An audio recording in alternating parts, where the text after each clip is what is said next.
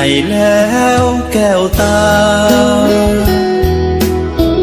สุขซื่นเถิดนาอย่าโศกสัน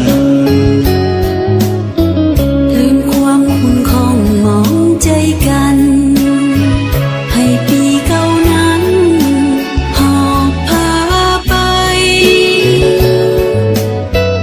ปีใหม่แล้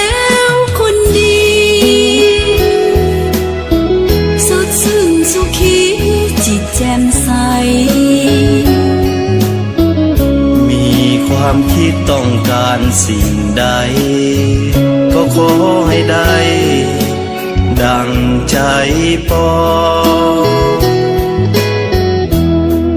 อายุยืนยาวมันวันนะนั่นขาวผ่องสุขขาสุขสมปองภาระห่างโพยภัยปีใหม่แล้วแก้วตา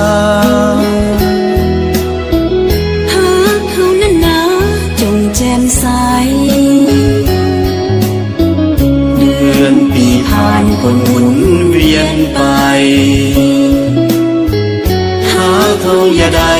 เปลี่ยนไปตาม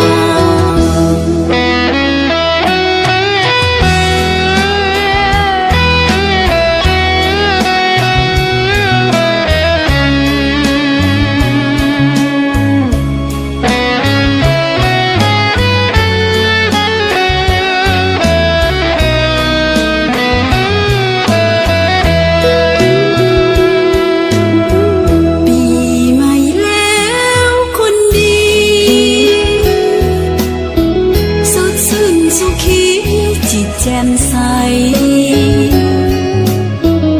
มีความคิดต้องการสิ่งใด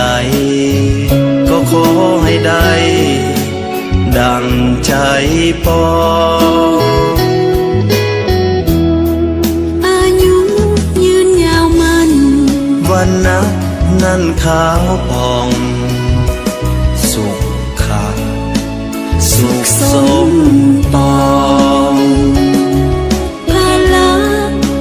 ห่างโพยภัยปีใหม่แล้วแก้วตาหากเฮานั้นนะจงแจ่มใสเดือนปีผ่านคนหมุนเวียนไปหาเขาอย่าได้เปลี่ยนไปตาม